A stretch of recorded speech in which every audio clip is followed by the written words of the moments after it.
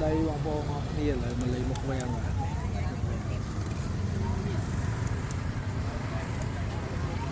xuân như của ao chừng này priệp của bộ này này ao chết bao nhiêu nhắm này chừng này priệp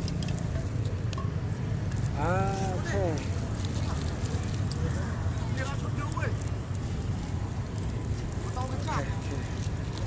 bắt rồi chừng này priệp luôn Preh Borom Mari cho vang dương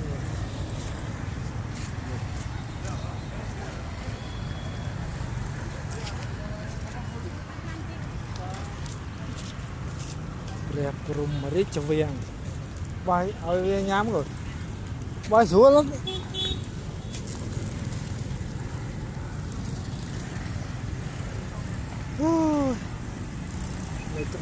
cái đây ngay trăng trai món này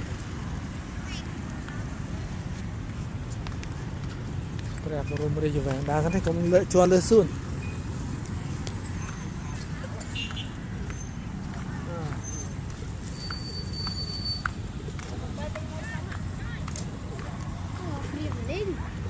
hả?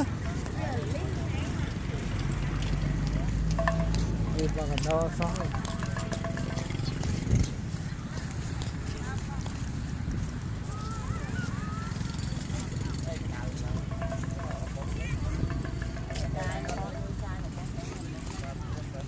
Preh Borom Mari cho vang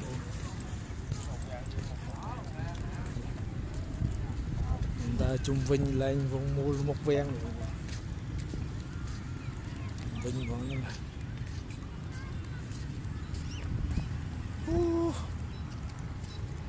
thọ trong mặt sạch chung vinh dân Preh Borom Mari cho ven mà Borom Mari cho ven bộ nơi này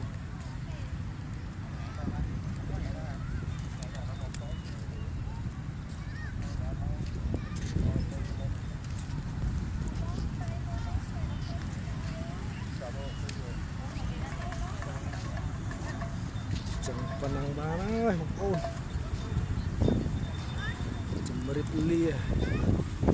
chụp khnia từ từ khao từ bye bye bạn nào